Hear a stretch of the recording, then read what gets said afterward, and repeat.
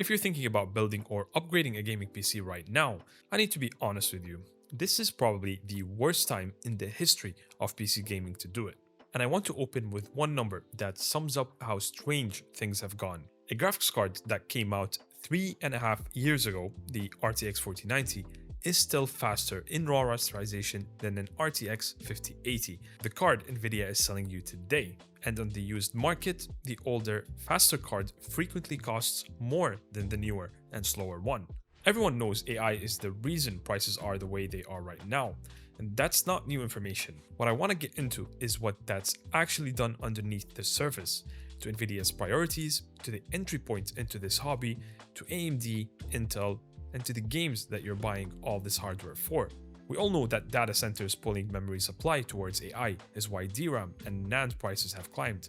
This was never a GPU-only problem. RAM, SSDs, anything built on memory chips went up alongside graphics cards. The entire stack got more expensive at once, and the numbers are honestly staggering. A 32GB DDR5 kit that sold for $80 to $120 in mid-2025 now bottoms out around $375, with most mainstream kits sitting between $400 and $480. That's 4 to 5 times the price it was just about a year ago.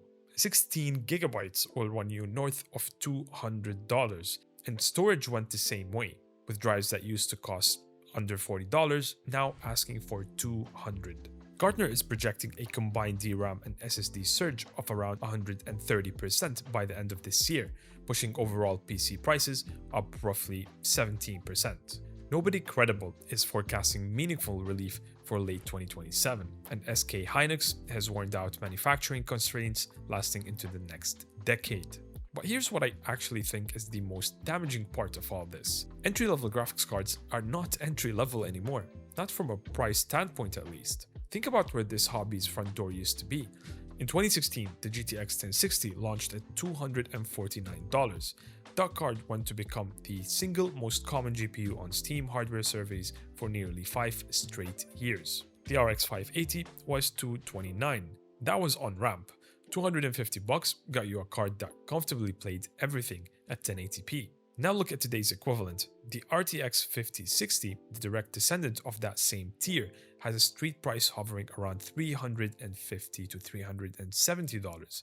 The RX 9060 XT with 16GB of VRAM, which was supposed to be the value builder's default pick, sits around $460, and the same comparison has happened to every single tier. Mid-range used to mean $300 to $400, and now it means $500 to $700. The flagship in 2017 was the GTX 1080 Ti at $690. Today's flagship, the RTX 5090, almost never sells below $3,000. So the entry point has roughly doubled, and the top end has gone 5-folds or more. Every tier has effectively slid up a bracket.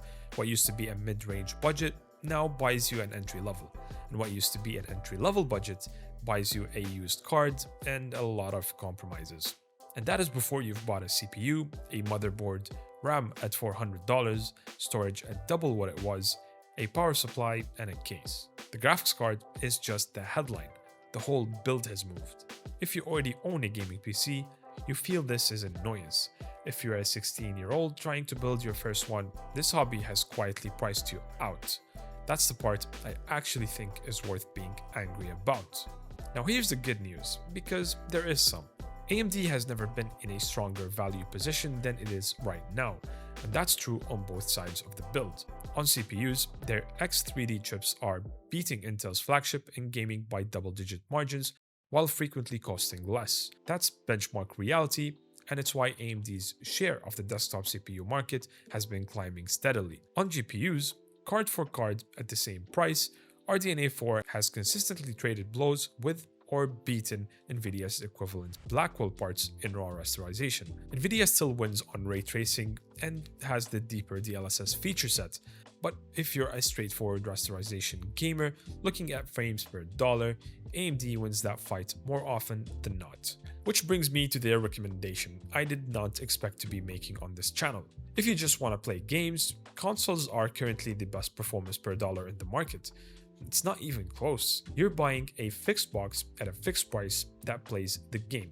And the proof of that isn't me, it's Valve, or Steam rather. Valve built the Steam machine explicitly to compete with consoles on price.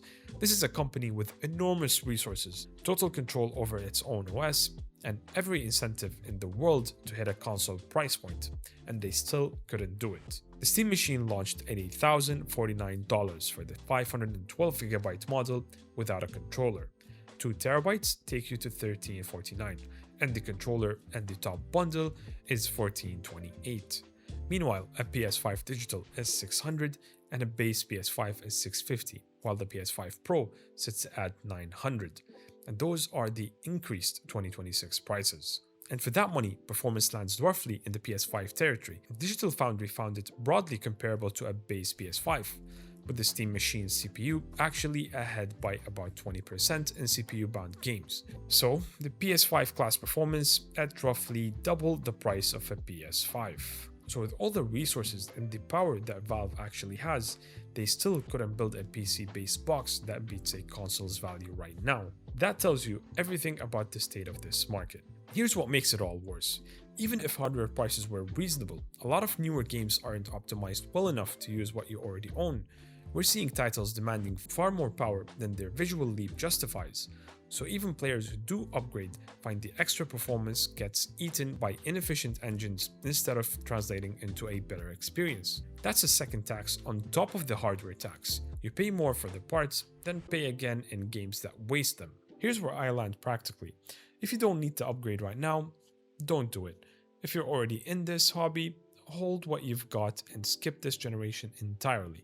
And if you are trying to get into this gaming era, I seriously would consider a console for this cycle. Not because PC gaming lost, but because the door is priced badly right now. And hopefully, it won't always be.